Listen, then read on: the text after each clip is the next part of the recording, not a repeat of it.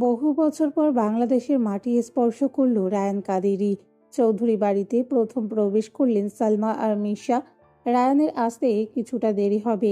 বাড়ির সদর দরজা দিয়ে ভেতরে পা রাখতেই বড় মা জাহানারা বেগম হন্তদন্ত হয়ে ছুটে এলেন। মিশাকে দেখেই এক গভীর মমতায় বুকে জড়িয়ে ধরলেন। এত বছর পর নিজের আপনজনদের দেখা পেয়ে মিশার সমস্ত বাঁধ ভেঙে গেল। সে ডুকরে কেঁদে উঠল জাহানারা বেগমের কাঁধে মুখ গুজে। জাহানারা এবার সালমার দিকে তাকালেন, চোখে জল, কিন্তু সেখানে মিশে আছে এক আকাশ অভিমান। কোনো কথা না বলে তিনি সালমাকেও জড়িয়ে নিলেন। দীর্ঘদিনের দূরত্ব যেন এক নিমিষেই ধুয়ে মুছে গেল। রফিক চৌধুরী, সুভা, সিফা এবং প্রিয় বোন জেবা একে একে সবাই যেন আবেগ ঘন স্রোতে ভেসে গেল। দীর্ঘ বিচ্ছেদের পর চৌধুরী বাড়িতে আজ যেন আনন্দের মেলা বসেছে। ঠিক সেই মুহূর্তেই প্রবেশপথের আলো আঁধারি ছাপিয়ে ভেতরে ঢুকলো এক সুদর্শন যুবক। আভিজাত্য যেন তার প্রতিটা পদক্ষেপে মিশে আছে। সদর দরজায় সে যখন দাঁড়ালো, বাড়ির সবার কৌতূহলী দৃষ্টি তার ওপর স্থির হলো। পরিবেশটা কিছুটা থমথমে হয়ে উঠতেই সালমা বেগম অভয় দিয়ে বললেন, এসো বাবা, ভিতরে এসো। রায়ান ধীর পায়ে রফিক চৌধুরীর সামনে গিয়ে দাঁড়ালেন। ঠোঁটের কোণে সে চিরচেনা রহস্যময় হাসি ঝুলিয়ে প্রশ্ন করলেন। কেমন আছো মামা? পুরো বাড়ি যেন স্তম্ভিত। রফিক চৌধুরীর চোখ ছানা বড়া। তিনি অস্পষ্ট স্বরে বললেন, তুই তুই এখানে কি করছিস? রফিক চৌধুরী সেই রুক্ষ মন্তব্য রায়ান শুধু আলতো করেই ঠোঁট বাঁকিয়ে হাসল। সালমা বেগম আর দেরি না করে সবাইকে সবটা খুলে বললেন। সেই ভয়ঙ্কর ষড়যন্ত্র থেকে শুরু করে রায়ানে তাকে বাঁচিয়ে আনার পুরো সত্যটা। মুহূর্তের মধ্যেই অভির প্রতি সবার মনে জমে থাকা ভালোবাসা ঘৃণায় পরিণত হলো। জাহানারা বেগম রায়ানের কাছে গিয়ে পরম স্নেহে তার কপালে চুমু খেয়ে মাথায় হাত বুলিয়ে দিলেন। জেবা আর নিজেকে সামলাতে পারল না। প্রিয় ভাইকে চোখের সামনে দেখে সে কান্নায় ভেঙে পড়ল। রায়ানও খুব যত্ন করে ছোট বোনকে বুকে টেনে নিল। তার মাথায় হাত বুলিয়ে দীর্ঘদিনের আড়াল করা কষ্টগুলো ভুলিয়ে দেওয়ার চেষ্টা করলো। ততক্ষণে সুভা আর সিফা মিশাকে একপাশে টেনে নিয়ে গেছে। সুভা ফিসফিস করে বলল, ভাইয়া কিন্তু মারাত্মক হ্যান্ডসাম আপু, একেবারে রূপকথা রাজকুমার যেন।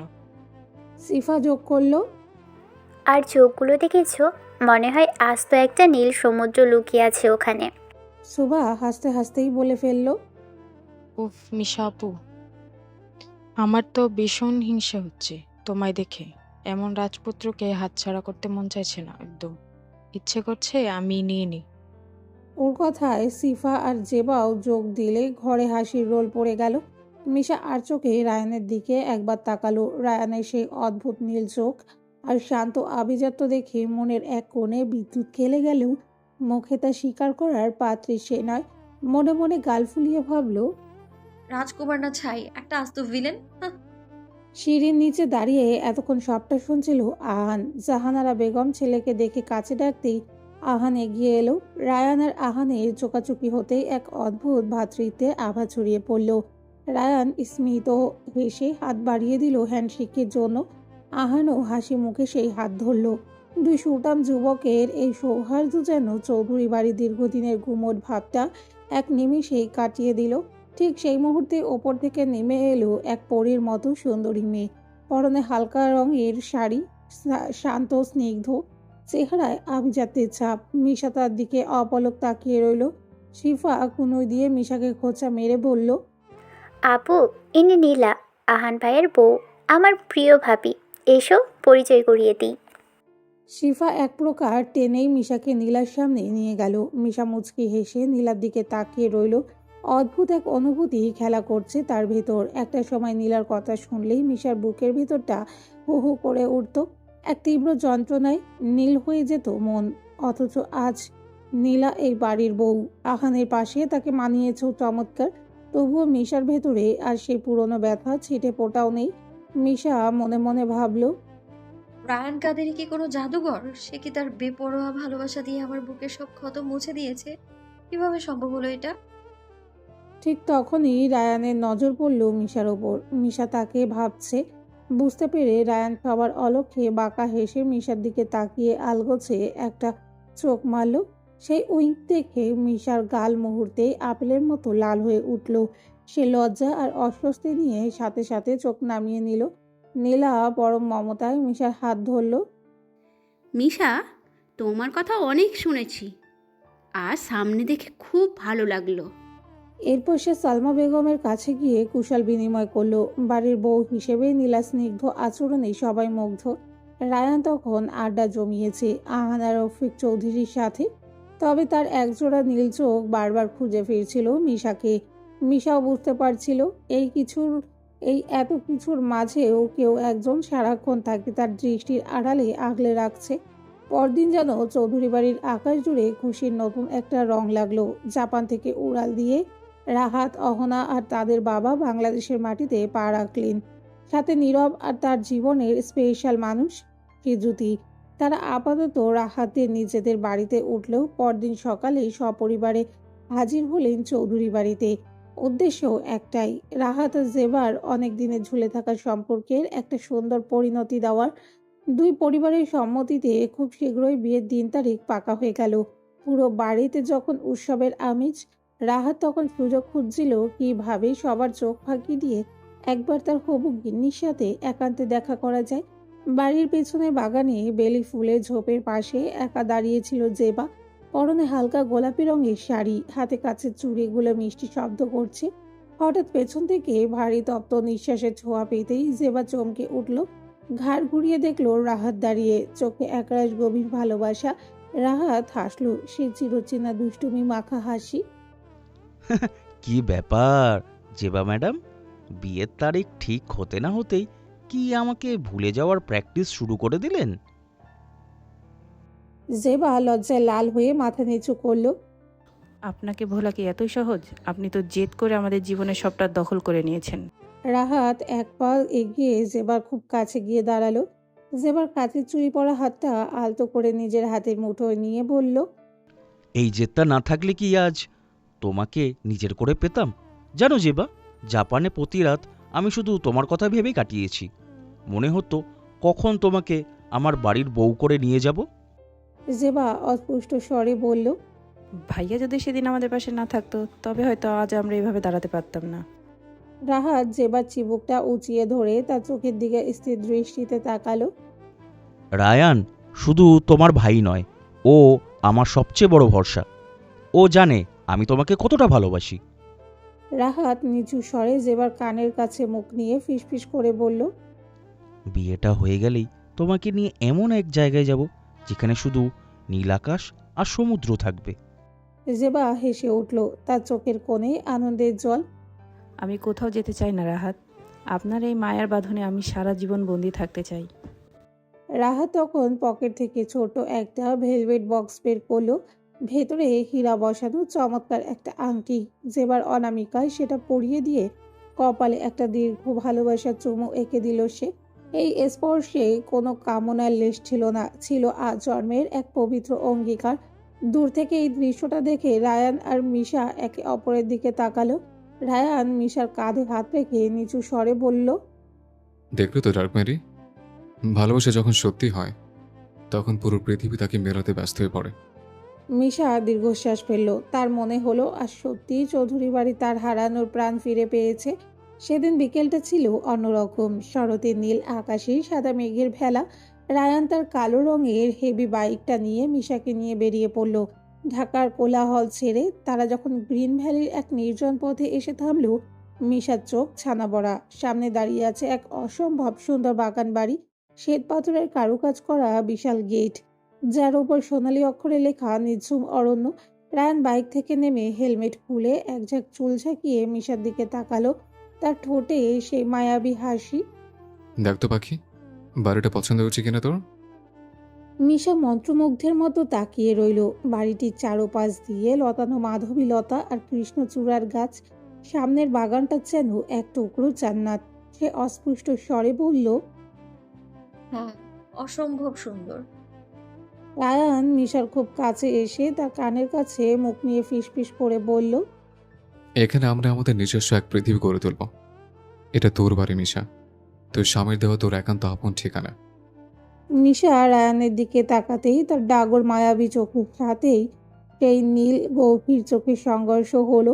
রায়ান সবসময়ই এইভাবেই কথা বলে, সরাসরি চোখের গভীরে তাকিয়ে। সে জানে মিশাকে কিভাবে ঘায়েল করতে হয়, কিভাবে তার হৃদস্পন্দন বাড়িয়ে দিতে হয়। মিশা দ্রুত চোখ নামিয়ে নিল, কিন্তু তার গালের রক্তিম আবার বলে দিচ্ছিল সে হেরে যাচ্ছে এই নীল চোখে জাদুকরের কাছে। রায়ান মিশার হাতটা নিজের শক্ত মুঠোয় টেনে ভেতরে নিয়ে গেল। ড্রয়িং রুমটা বিশাল, সেখানে রাজকীয় ফার্নিচারের সাথে আধুনিকতার এক অদ্ভুত মেলবন্ধন। দেওয়ালে ঝোলানো বড় বড় ফ্রেম রাখা পেন্টিংগুলো যেন কথা বলছে। ওপরে বিশাল ঝাড়বাতিটা যখন জ্বলে উঠল, তখন পুরো ঘরটা হীরের মতো চিকচিক করতে লাগলো। মিশা অবাক হয়ে রায়ানের দিকে তাকালো। এই মানুষটা এত অল্প বয়সে প্রফেসর থেকে শুরু করে সফল ব্যবসা সবই নিজের যোগ্যতায় করেছে। রায়ান হঠাৎ মিশাকে পেছন থেকে জড়িয়ে ধরল, তার চিবুকটা মিশার কাঁধে রেখে বলল, সবই তো হলো, এখন আমার কি হবে ডার্লিং? আমার হৃদয়ের ফাইলে তোর ভালোবাসার সইটা দিবি না? মিশা সারা শরীর দিয়ে এক শিহরণ বয়ে গেল। রায়ান তাকিয়ে নিচের দিকে ঘুরিয়ে নিয়ে মিশার কপালে আলতো করে একটা চুমো দিল। সেই স্পর্শে ছিল এক আজন্মের তৃপ্তি। রায়ান মিশার কোমরে হাত রেখে তাকে তুলে নিয়ে ডেস্কের ওপর বসিয়ে দিল। তার নীল চোখ দুটো যখন নিশাতুর, সে ফিসফিস করে বলল, তোর এই ডাগর চোখে যখন আমার জন্য মায়া দেখি, তখন মনে হয় আমার সব পরিশ্রম সার্থক। আজ থেকে এই বাড়ি আর এই রায়ান কাদেরই সবই তোর মালিকানাধীন। সন্ধ্যা ঘনিয়ে আসতেই বাইকের গর্জন থামিয়ে নির্ঝুম অরণ্য থেকে নিজেদের পুরনো ঠিকানায় ফিরে এলো রায়ান আর মিশা। সদর দরজা ঠেলে ড্রয়িং রুমে পা রাখতেই দেখা গেল এক এলাহি কাণ্ড। রাহাত, অহনা, নীরব, সেজুতি, শোভা, সিফা আর আহান পুরো দলবল মিলে আড্ডায় মত্ত। মিশার নজর আহানের ওপর পড়তেই ওর হাসি খুশি মুখটা মুহূর্তে মেঘলা হয়ে গেল। বাংলাদেশ আসার পর থেকে আজ অবধি আহানের সাথে একটা বাক্যও বিনিময় করেনি সে। পুরোনো দিনের সেই অস্বস্তি আর অভিমান আজও যেন এক অদৃশ্য দেওয়াল হয়ে দাঁড়িয়ে আছে। আহানও এক পলক মিশার দিকে তাকিয়ে অপরাধবোধ মাখা চোখে দৃষ্টি সরিয়ে নিল। পরিস্থিতির গুরুত্ব বুঝে রায়ান মিশার কাঁধটা শক্ত করে চেপে ধরল। সবার সামনে বেশ আধিপত্যের সুরে বলে উঠল, ওপরে যা, ফ্রেশ হয়ে নে, আমি এখনই আসছি। সবার সামনে এমন ঠোঁটকাটা হুকুম শুনে মিশার রাগ যেন সপ্তমে চলল। রাগে চোখে একবার রায়ানের দিকে তাকিয়ে গটগট করে সিঁড়ি বেয়ে ওপরে চলে গেল সে। ওর চলে যাওয়ার ভঙ্গিমা দেখে নিচ থেকে রাহাত আর নীরব অট্টহাসিতেই ফেটে পড়ল। রাহাত হাসতে হাসতে বলল, শালা রায়ান, তুই তো দেখি একদম ডমিনেটিং হাজবেন্ড হয়ে গেলি। বেচারি মিশান দফা রফা অবস্থা। রায়ান সোফায় আয়েশ করে পাত করিয়ে বসে বাঁকা হেসে বলল, রায়ান কাদেরের বউ হতে গেলে একটু শাসন তো সইতেই হবে, আর শাসন না করলে কি আর সোয়াগ করা যায়? নীরব একটা চিপস মুখে দিয়ে বলল, আজ কিন্তু মারাত্মক আড্ডা হবে। সেজুতি আর অহনা তো অলরেডি ডিনারের মেনু ঠিক করে ফেলেছে। আজ রাতে কেউ ঘুমাবো না। আহান তখনও কিছুটা চুপচাপ ছিল। রায়ান সেটা খেয়াল করে একটা কড়া চড় মারল আহানের পিঠে। কি রে আহান, মূর্তির মধ্যে বসে আছিস কেন? আহান মুচকি হাসলো। রাহাতের রসিকতা আর নীরবের ফালতু জোক সেই ড্রয়িং রুমটা জীবন্ত হয়ে উঠল। নীরব আর সেজুতি মিলে জাপানের পুরনো স্মৃতি রোমন্থন করতে শুরু করলো। কিভাবে রায়ান একাই পুরো ক্যাম্পাসের মেয়েদের হার্টথ্রোব ছিল, আর কিভাবে সে সবাইকে পাত্তা না দিয়ে মিশার পেছনে ছায়ার মতো পড়ে থাকতো। আড্ডার এক পর্যায়ে নীরব উঠে দাঁড়িয়ে বলল, আজ গান হবে একটা। রাহাত গিটার ধর, আর রায়ান গলা মেলা। পুরো বাড়িটা যেন এক প্রাণবন্ত উৎসবে মেতে উঠল। রাহাত গিটারের তারে সুর তুলল, রায়ান গাইছিল, আর ওপরের ব্যালকনিতে দাঁড়িয়ে মিশা আড়াল থেকে শুনছিল সেই গান। সে অনুভব করলো এই মানুষগুলোই তার আসল পৃথিবী। নিচে হাসির রোল আর গানের সুর বলে দিচ্ছিল অন্ধকার কেটে গিয়ে চৌধুরী বাড়িতে এখন শুধু সুখের বসত। সন্ধ্যা নামতেই পুরো বাড়ি আলোকসজ্জায় ঝলমলিয়ে উঠল। দুই বন্ধুর বোন আর বন্ধুর বিয়ে, তাই আয়োজনটাও রাজকীয়। রাহাত পরেছে হলদে পাঞ্জাবি আর জেবা সেজেছে বাসন্তী রঙের শাড়িতে, যার পাড় জুড়ে সোনালি জরির কাজ। মিশা আর অহনা মিলে জেবাকে নিয়ে বসালো। রায়ান আজ সব নিয়মের বাইরে। সে তার চিরচেনা গম্ভীর ভাব ছেড়ে বন্ধুদের সাথে হলুদের রঙে মেতে উঠেছে। রাহাতকে হলুদে মাখিয়ে ভূত বানিয়ে ছেড়েছে। নীরব আর রায়ান মিলে। হঠাৎ রায়ান এক বাটি হলুদ নিয়ে মিশার দিকে এগিয়ে এলো। মিশা পালানোর চেষ্টা করতে রায়ান তার পথ আগলে দাঁড়ালো। সবার সামনেই নিচু স্বরে বলল, বউয়ের গালে হলুদ না চলে কি আর উৎসবপূর্ণ হয়? মিশার নরম গালে আলতো করে হলুদ ছুঁয়ে দিতেই চারিদিকে হাসির রোল উঠল। সুভা আর সিফার ডান্স পারফরমেন্স অনুষ্ঠানকে এক অন্য মাত্রায় নিয়ে গেল। পরদিন চৌধুরী বাড়িতে বিয়ের সানাই বাজলো। লাল বেনারসি সোনার গহনায় জেবাকে মনে হচ্ছিল কোনো অপার্থিব রূপসী। অন্যদিকে রাহাত শেরওয়ানি আর পাগড়িতে পুরো দোস্তর রাজপুত্র। কাজী সাহেব যখন 3বার কবুল পড়ালেন, পুরো ঘরে এক আনন্দ ঘন নীরবতা নেমে এলো। জেবার চোখে জল, কিন্তু সে জল ছিল প্রাপ্তির। সবশেষে বিদায় মুহূর্ত ঘনিয়ে এলো। তখন এক আবেগ ঘন দৃশ্য তৈরি হলো। রায়ান জেবার হাতটা রাহাতের হাতে তুলে দিয়ে ধরা গলায় বলল, তোর হাতে আমার কলিজের টুকরোকে তুলে দিলাম রাহাত। মনে রাখিস, ওই শুধু তোর স্ত্রী নয়, ও রায়ান কাদেরের গর্ব। রাহাত পরম মমতায় জেবাকে আগলে ধরে রায়ানকে আশ্বস্ত করলো। মিশা তখন এক কোণে দাঁড়িয়ে কাঁদছিল। রায়ান তার কাছে গিয়ে তাকে নিজের বাহুবন্দি করে নিল। রাত তখন গভীর। ড্রয়িং রুমে আবছা আলোয় সোফায় গুটিসুটি মেরে বসেছিল মিশা। চারিদিকে নিস্তব্ধতা জানান দিচ্ছে বিয়ের হাঙ্গামা শেষে বাড়ির সবাই ক্লান্তিতে এখন গভীর ঘুমে বিভোর। জানালার ধারে দাঁড়িয়ে রায়ান তখনও ফোনে ব্যস্ত। তার গলার নিচু স্বর বাতাসের সাথে মিশে এক রহস্যময় আবহ তৈরি করেছে। হঠাৎ মিশার নজর গেল অলিন্দের এক কোণে। সেখানে আহান আর নীলা নিজেদের একান্ত মুহূর্ত ভাগ করে নিতে ব্যস্ত। নবদম্পতির সেই মায়াভরা দৃশ্য দেখে বুকের ভেতরটা কিঞ্চিত মোচড় দিয়ে উঠল মিশার। একসময় এই আহানই ছিল তার সমস্ত ভাবনার কেন্দ্রবিন্দু, তার মৌন ভালোবাসার একমাত্র গন্তব্য। ঠিক সেই মুহূর্তে ফোনের ওপাশ থেকে মনোযোগ সরিয়ে রায়ান তাকালো মিশার দিকে। তার তীক্ষ্ণ দৃষ্টি চোখ এড়িয়ে যায়নি মিশার দৃষ্টির অভিমুখ। দৃষ্টির কোণে এক চিলতে বাঁকা হাসি ফুটিয়ে রায়ান ধীর পায়ে মিশার দিকে এগিয়ে এলো। সোফায় ওর একেবারে গা ঘেঁষে বসে তপ্ত নিঃশ্বাস মিশার কানের কাছে ঠেকিয়ে ফিসফিস করে বলল, অন্যের অধিকার এইভাবে নজর দিতে নেই বউ। তোমার জন্যই উন্মাদ প্রেমিক তো পাশে বসে আছে। কথাগুলো তীরের মতো বিঁধল মিশার কানে। লজ্জায় আর আড়ষ্টতায় মুহূর্তেই ওর গাল দুটো রক্তিম হয়ে উঠল। রায়ানের চোখে সেই সমহীন আর অধিকার বোধ, সেখানে চাহনি সহ্য করতে না পেরে দ্রুত অন্যদিকে মুখ ফিরিয়ে নিল। মিশার সেই সলজ্জ নীরবতা রায়ানকে যেন আরো সাহসী করে তুলল। সে তার বলিষ্ঠ হাতটি মিশার কাঁধের ওপর আলতো করে রাখল, যেন এক অলিখিত অধিকারের ঘোষণা দিল সে। রায়ান আবারও নিচু স্বরে বলল, অতীতের মায়ে কাটানো কঠিন জানি, কিন্তু বর্তমানে যে তোমার জন্য পাগল হয়ে আছে, তাকে কি একটুও জায়গা দেওয়া যায় না? মিশা এবার আর চোখে রায়ানের দিকে তাকালো। লোকটার চোখে আজ এক অন্যরকম নেশা, এক অদ্ভুত একরকমই। রায়ানের ঠোঁটে সেই দ্রুত কিন্তু মোহনীয় হাসি মিশার হৃদস্পন্দন বাড়িয়ে দিল বহুগুণ। সে কিছু বলতে চেয়েও পারল না।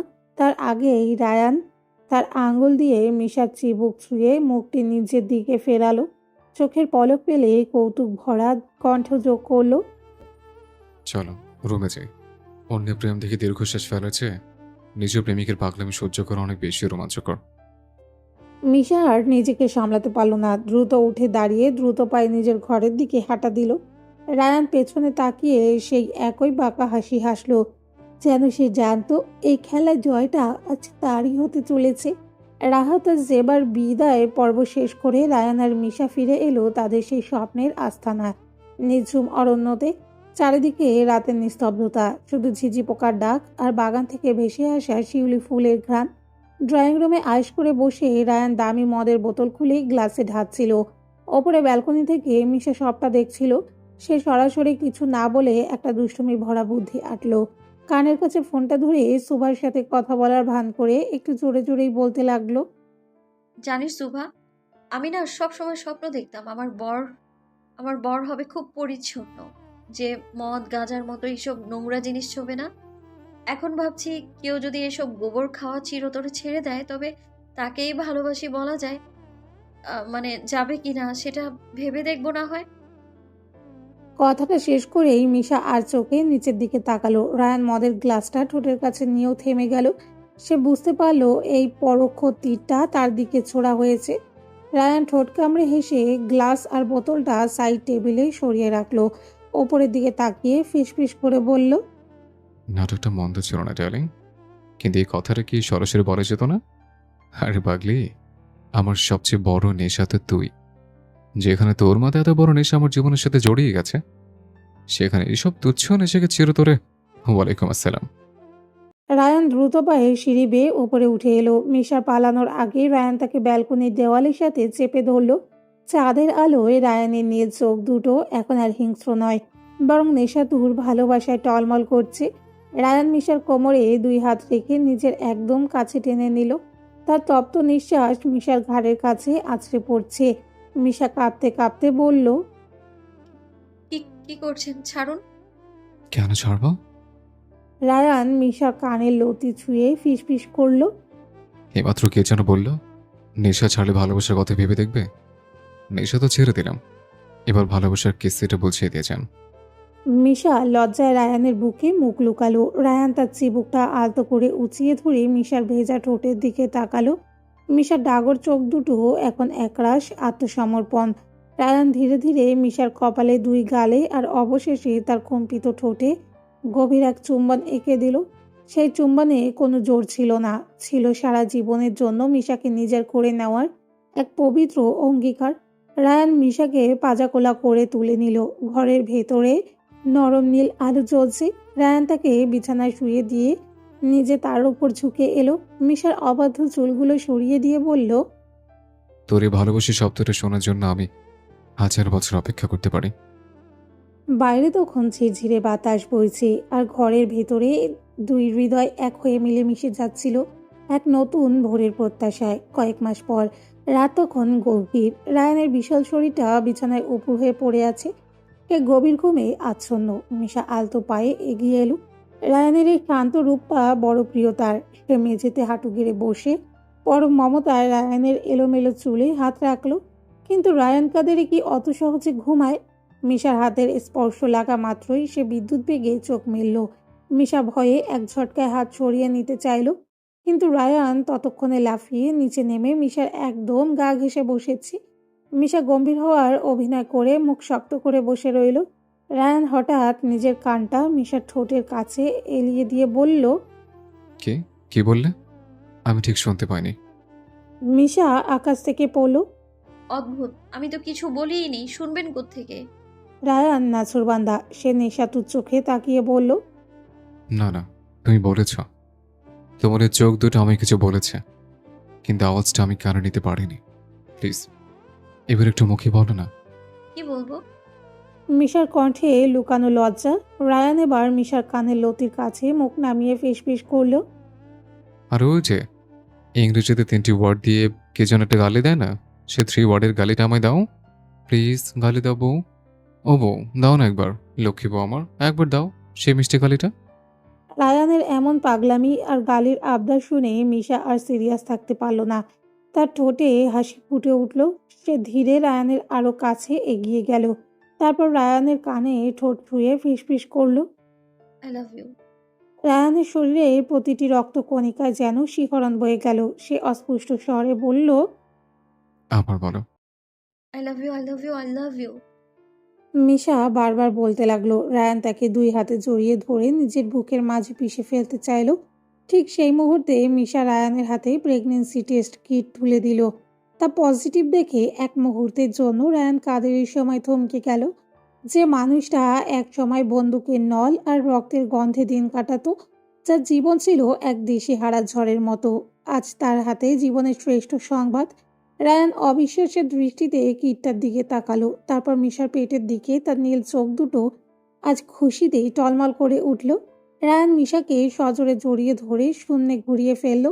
সে আজ পৃথিবীর শ্রেষ্ঠ সুখী মানুষ। তার অপূর্ণতার জীবনের সব অপূর্ণতা আজ এক নিমিষে মুছে গেল। রায়ান মিশার কপালে চুমু খেয়ে আবেগঘন কণ্ঠে বলল, আমার এই ভাঙাচোরা জীবনের শ্রেষ্ঠ উপহার দিলি বউ। কিছুদিন পর রায়ান যখন বাড়িতে ফিরে দেখলো কোথাও মিশা নেই, তখন তার চারপাশে সবকিছু যেন মুহূর্তের বিষাদময় অন্ধকারে ঢাকা পড়ল। রাহাতের সাথে এক মুহূর্ত কথা বলারও অবকাশ ছিল না তার। কেবল রুবায়েতের নামটি বারবার তার মস্তিষ্কে আঘাত করতে লাগলো।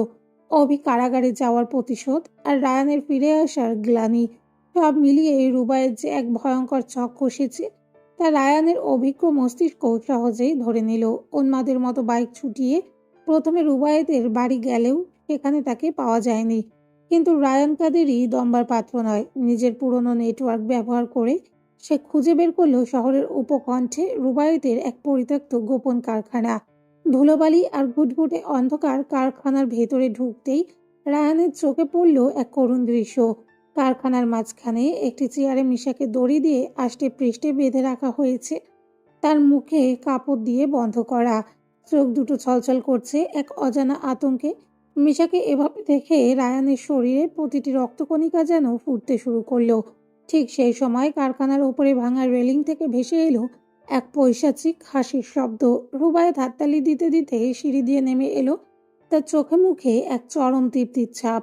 রায়ানকে দেখে সে বিদ্রূপের গলায় বলল, কাম মাই সান, ওয়েলকাম টু মাই ওয়ার্ল্ড। রায়ানকে দেখে মিশার চোখগুলো বড় বড় হয়ে উঠল, যেন সে বলতে চাইছে, আপনি এখানে এসে বিপদ বাড়ালেন কেন? কিন্তু রায়ান তখন হিতাহিত জ্ঞান শূন্য। রুবায়েত হাসতে হাসতে আরো যোগ করলো, হবিকে জেল খাটিয়ে ভাবলি সব জিতে গেছিস? তোর সবচেয়ে বড় দুর্বলতাকে যে আমি আমার হাতের মুঠোয় নিয়ে এসেছি মাই সন। রায়ান নিজের মুষ্টিবদ্ধ হাত দুটো কাঁপতে দেখেও নিজেকে সামলে নিল। শীতল গলায় কেবল বলল, মিশাকে ছেড়ে দিন, আপনার লড়াই আমার সাথে। রুবায়েত এক ঝটকায় পকেট থেকে একটা ধারালো ছুরি বের করে মিশার গলার কাছে ধরল। লড়াই তো এখনই শুরু হবে রায়ান। কারখানার স্যাঁতস্যাঁতে পরিবেশে রায়ানের চোখের নীলমণি আজ আগুনের মতো জ্বলছে। সে জানে এই লড়াই কেবল শক্তির নয়, স্নায়ুরও। এক চুল এদিক ওদিক হলেই মিশার জীবন বিপন্ন হতে পারে। পেছনে থাকা রাহাত, অহনা আর নীরব তখন পরিস্থিতি সামলানোর জন্য আক্রমণের সঠিক মুহূর্তের অপেক্ষায় সতর্ক হয়ে দাঁড়িয়ে আছে। গোপন কারখানার গুমোট বাতাসে তখন বারুদের গন্ধ। রুবায়েতের হাতে চকচকে ছুরি, যা মিশার ফ্যাকাশে গলার চামড়া ছুঁয়ে আছে। রায়ান পাথর হয়ে দাঁড়িয়ে, তার শিরায় শিরায় আগ্নেয়গিরির লাভা বইছে। রুবায়েত বিদ্রূপের হাসি হেসে বলল, কি হলো রায়ান কাদেরি? জাপানে প্রফেসরি করে কি মারামারি ভুলে গেলি? নাকি বইয়ের মায়ায় হাত পা অবশ হয়ে গেছে? রায়ান দাঁতে দাঁত চেপে বলল, রুবায়েত, তুই আমাকে মার, যা খুশি কর, কিন্তু ওকে ছেড়ে দে। ওর পেটে আমার সন্তান আছে, অন্তত এটুকু মনুষ্যত্ব দেখা। সন্তান? রুবায়েত অটো হাসিতে ফেটে পড়ল। ঠিক সেই মুহূর্তে রাহাত, অহনা আর নীরব পেছন থেকে রুবায়েতের লোকেদের ওপর ঝাঁপিয়ে পড়ল। আচমকা এক গোলাগুলির শব্দে কারখানার ছাদ কেঁপে উঠল। রুবায়েতের এক লোক অহনার ওপর গুলি চালিয়ে দিল। অহনা কিছু বুঝে ওঠার আগেই বুক চেপে মাটিতে লুটিয়ে পড়ল। রাহাতের আর্তনাদে বাতাস ভারী হয়ে উঠল। অহনা ঘটনাস্থলেই নিথর হয়ে গেছে। রায়ান যখন মিশার দিকে ছুটল, রুবায়েত চিৎকার করে উঠল। সে মিশার অন্তঃসত্ত্বা পেটে সজোরে এক লাথি মারল। মিশা এক বিভৎস চিৎকার দিয়ে নিস্তেজ হয়ে পড়ল। রায়ানের চোখের মনি তখন আগুনের গোলা। হিতাহিত জ্ঞানশূন্য হয়ে সে হিংস্র বাঘের মতো রুবায়েতের ওপর ঝাঁপিয়ে পড়ল। কোনো অস্ত্র নয়, নিজের দুই হাত দিয়ে রুবায়েতের গলা টিপে ধরল। রায়ান রুবায়েতের হাড়গোড় ভাঙার মটমট শব্দ কানে আসছিল, কিন্তু রায়ানের হুঁশ নেই। সে পৈশাচিক আক্রোশে রুবায়েতের মাথা মেঝের পাথরে আছড়াতে লাগলো, যতক্ষণ না লোকটার খুলি চুরমার হয়ে ঘিলু বেরিয়ে এলো। রুবায়েতকে এক বিভৎস লাশে পরিণত করে রায়ান রক্তমাখা হাতে মিশাকে পাজাকোলা করে তুলে নিল। হাসপাতালের করিডোরে তখন মৃত্যু আর হাহাকারের মিছিল। নীরব পাগলের মতো গাড়ি চালিয়ে মিশাকে এমার্জেন্সিতে নিয়ে এলো। পেছনে অন্য গাড়িতে রাহাতের কোলে অহনা রক্ত ভেজা নিথর দেহ। ডাক্তাররা অহনাকে মৃত বলে ঘোষণা করতেই রাহাত আর নীরব মেঝেতে বসে ডুকরে কেঁদে উঠল। চৌধুরী বাড়ির প্রতিটি সদস্য, সালমা, জাহানারা, রফিক চৌধুরী, শফিক চৌধুরী, সবাই এসে কান্নায় ভেঙে পড়লেন। এমার্জেন্সি রুমের বাহিরে করিডোরের মেঝেতে রক্তমাখা পোশাকে বসেছিল রায়ান। একদিকে প্রাণের প্রিয় বন্ধু অহনার মৃত্যু, অন্যদিকে মিশার জীবন মরণের লড়াই। হঠাৎ থিয়েটারের দরজা খুলে ডাক্তার বেরিয়ে এসে গম্ভীর মুখে রায়ানকে বললেন, সরি মিস্টার রায়হান, আমরা অনেক চেষ্টা করেছি, কিন্তু বাচ্চাটাকে বাঁচানো সম্ভব হলো না। আঘাতটা খুব গুরুতর ছিল, তবে আপনার স্ত্রী এখন বিপদমুক্ত। কথাটা শোনার সাথে সাথে শক্তপোক্ত রায়ান কাদেরী যেন তাসের ঘরের মতো ভেঙে পড়ল। যে মানুষটা কোনোদিনও মাথা নত করেনি সে আজ করিডোরের দেওয়ালে মাথা ঠুকে শিশুদের মতো ডুকরে কেঁদে উঠল। তার দীর্ঘ কসরত, তার সাম্রাজ্য, তার স্বপ্ন সব যেন এক লাথিতে ধুলোয় মিশিয়ে দিয়েছে রুবায়েত। আমি কি জবাব দেব? কোন মুখে বলবো যে আমি আমার সন্তানকে রক্ষা করতে পারিনি? আমি কেমন বাবা, কেমন স্বামী আমি? চৌধুরী বাড়ির কান্নার রোল পড়ল যেন, পুরো হাসপাতালের বাতাসকে ভারী করে তুলল। এক রাতে ঝড়ে দুটি ফুল ঝরে গেল, একটি অহনা আর অন্যটি অনাগত সেই প্রাণ। কিছুক্ষণ পর যখন মিশার জ্ঞান ফিরল, হাসপাতালের সাদা ছাদটা তখন চোখের সামনে ঝাপসা হয়ে এলো। সে অস্পষ্ট স্বরে কেবল একজনকে ডাকতে লাগলো। রায়ান, রায়ান কোথায়? মিশার ব্যাকুলতা দেখে নার্স দ্রুত বাইরে গিয়ে রায়ানকে ডেকে আনলো। রায়ান ঘরে ঢুকতেই মিশা উঠে বসার চেষ্টা করলো। রায়ান পরম মমতায় তাকে ধরে বালিশে হেলান দিয়ে বসিয়ে দিল। তার নিজের চোখ দুটো তখন লাল, সারা রাত এক ফোঁটাও ঘুম নেই। সে ধীর পায়ে মিশার পাশে বসে তার কপালে এক দীর্ঘ চুম্বন এঁকে দিল। মিশা রায়ানের শার্টের কলারটা খামচে ধরেই ডুকরে কেঁদে উঠল। আমার বাচ্চাটা, বলুন না আমাদের বাবু কেমন আছে? রায়ান কোনো উত্তর দিল না। তার নীরবতা যেন হাজারো বোবা কান্নার চেয়েও ভয়ঙ্কর। মিশা এবার রায়ানের বুকে সজোরে ধাক্কা দিয়ে চিৎকার করে উঠল। কথা কেন বলছেন না? কি হয়েছে আমার সন্তানের, বলুন। জবাব না পেয়ে মিশা রায়ানের বুকেই মাথা গুজে কান্নায় ভেঙে পড়ল। রায়ানের চোখের কোণ দিয়েও তখন এক ফোঁটা নোনা জল গড়িয়ে মিশার চুলে মিশে গেল। ঠিক সেই মুহূর্তে কেবিনের বাইরে ভারী বুটের শব্দ পাওয়া গেল। পুলিশ ফোর্স নিয়ে ইন্সপেক্টর ভেতরে ঢুকলেন। Sorry sir, mister Rayan Kaderi, রুবায়েতকে বিচ্ছিন্নভাবে খুনের দায়ে আপনাকে গ্রেফতার করা হচ্ছে।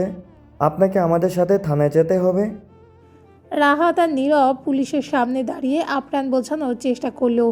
আহান আর রফিক চৌধুরীও আইনি লড়াই আর আত্মরক্ষার যুক্তিতে পুলিশকে আটকাতে চাইলেন, কিন্তু লাভ হলো না। পুলিশ যখন রায়ানের হাতে হাত করা পড়াচ্ছিল তখন সবার চোখে পানি থাকলেও মিশার চোখ ছিল শুকনো। সে পাথরের মতো স্থির হয়ে তাকিয়ে রইল। নারী ছেঁড়া ধনকে সে দেখার আগেই হারিয়েছে, আর এখন যে মানুষটা তার শেষ আশ্রয় তাকেও পুলিশ নিয়ে যাচ্ছে। মিশার ভেতর যেন এক প্রলয়ঙ্কারী ঝড় বয়ে গেছে। ঝড়ের পরে সব কিছু যেমন শান্ত হয়ে যায়, তেমনি মিশাও আজ পুরোপুরি নিথর, নিঃশব্দ। রায়ান যাওয়ার সময় একবার পেছন ফিরে তাকালো। তার চোখে অপরাধ বোধ নয়, বরং মিশাকে একা ফেলে যাওয়ার এক তীব্র যন্ত্রণা। নীরব আর আহান তখন পুলিশের গাড়ির পেছনে ছুটছে আইনি ব্যবস্থার জন্য। সালমা চৌধুরী এগিয়ে এসে মিশাকে শক্ত করে জড়িয়ে ধরলেন। মিশার মাথাটা নিজের বুকে টেনে নিয়ে বললেন, শক্ত হমা, নীরব আর আহান গেছে আইনি লড়াই করে আমার রায়ানকে জামিনে ছাড়িয়ে আনবই। তুই শুধু নিচের যত্নে। মিশা কোনো উত্তর দিল না। সে শূন্য দৃষ্টিতে তাকিয়ে রইল খোলা জানালার দিকে, যেখানে ভোরের আলোর বদলে কেবল এক নিঝুম অন্ধকার চেয়ে আছে। এক রাতেই তার সাজানো পৃথিবীটা যেন তাসের ঘরের মতো ধসে পড়েছে। রায়ানকে গ্রেপ্তারের পর চৌধুরী বাড়িতে নেমে এসেছিল শোকের এক দীর্ঘ ছায়া। তবে আহান এবং রাহাত দমে যায়নি। রুবায়েতের সে গোপন কারখানায় যা ঘটেছিল তা ছিল আত্মরক্ষার চরম পর্যায়ে। নিজের স্ত্রীর সম্ভ্রম ও জীবন বাঁচাতে গিয়ে রায়ান যা করেছে তাকে আইনি ভাষায় রাইট অফ প্রাইভেট ডিফেন্স হিসেবে প্রমাণ করতে সক্ষম হয় আইনজীবীরা। দীর্ঘ 3 মাস আইনি লড়াই শেষে আদালত রায় দিল রায়ান নির্দোষ। যেদিন রায়ান জেল থেকে বের হলো, জেলের গেটে তার জন্য অপেক্ষা করছিল গোটা পরিবার। কিন্তু রায়ানের চোখ খুঁজছিল কেবল একটি মুখ। একটু দূরে গাড়ির পাশে দাঁড়িয়েছিল মিশা। আগের চেয়ে অনেক রোগা হয়ে গেছে সে, চোখের নিচে কালচে দাগ। রায়ান গিয়ে মিশার সামনে দাঁড়াতেই মিশা কোনো কথা না বলে তাকে শক্ত করে জড়িয়ে ধরল। এই আলিঙ্গনে ছিল হারানোর ভয় আর ফিরে পাওয়ার এক আকাশ তৃপ্তি। জেল থেকে ফেরার পর রায়ানের জীবনে এক আমূল পরিবর্তন এলো। সেই উদ্ধত বেপরোয়া নীল চোখের যুবকটি এখন এক শান্ত সমুদ্রের মতো। প্রতিহিংসার যে আগুন তাকে এতদিন তাড়িয়ে বেরিয়েছে তা এখন এক স্নিগ্ধ প্রদীপের আলোয় পরিণত হয়েছে। তারা ফিরে এলো তাদের সেই প্রিয় বাগানবাড়ি নিঝুম অরণ্যতে। বাড়ির প্রতিটি কোণে এখন আর রক্তের দাগ নেই, আছে কেবল ভালোবাসার গ্রাণ। অহনার অকাল মৃত্যু রাহাতকে স্তব্ধ করে দিয়েছিল, কিন্তু রায়ান তাকে ভেঙে পড়তে দেয়নি। অহনার স্মৃতিকে অমর করে রাখতে রাহাত একটি মায়াময় অনাথ আশ্রম গড়ে তুলেছে, অহনা কুটির। রায়ান প্রতি মাসে সেখানে শুধু বড় অঙ্কের অনুদানই দেয় না, বরং ছুটির দিনে মিশাকে নিয়ে চলে যায় সে শিশুদের মাঝে। হারানো সন্তানের হাহাকার সে ওই নিষ্পাপ শিশুদের হাসির মাঝে খুঁজে পেতে চেষ্টা করে। রায়ান এখন আর বন্দুক তুলে নেয় না, বরং বাগানের মৃতপ্রায় গোলাপ গাছগুলোতে পানি দেয়, পরম মমতায় মিশার যত্ন নেয়। তাদের সংসারে এখন কোনো তাড়াহুড়াও নেই, আছে কেবল একে অপরকে নতুন করে চেনার গভীর এক স্থিরতা। এক পূর্ণিমার রাতে বাগান বাড়ির সে মাধবীলতা ঘেরা দোলনায় মিশার মাথায় হাত রেখে রায়ান আকাশের দিকে তাকিয়ে, তারপর মিশার চোখের দিকে তাকিয়ে সে খুব নিচু আর গম্ভীর স্বরে বলল, মানুষ বলে আকাশ বড়, কিন্তু আমি বলি তোমার এই ডাগর চোখের মায়া তার চেয়েও বড়। আমাদের সেই না ফেরা পাখিটা হয়তো আজ ওই ধ্রুবতার হয়ে আমাদের দেখছে আর বলছে, দেখো মা, তোমার অমানুষ বরটা এখন সত্যিই মানুষ হয়ে গেছে।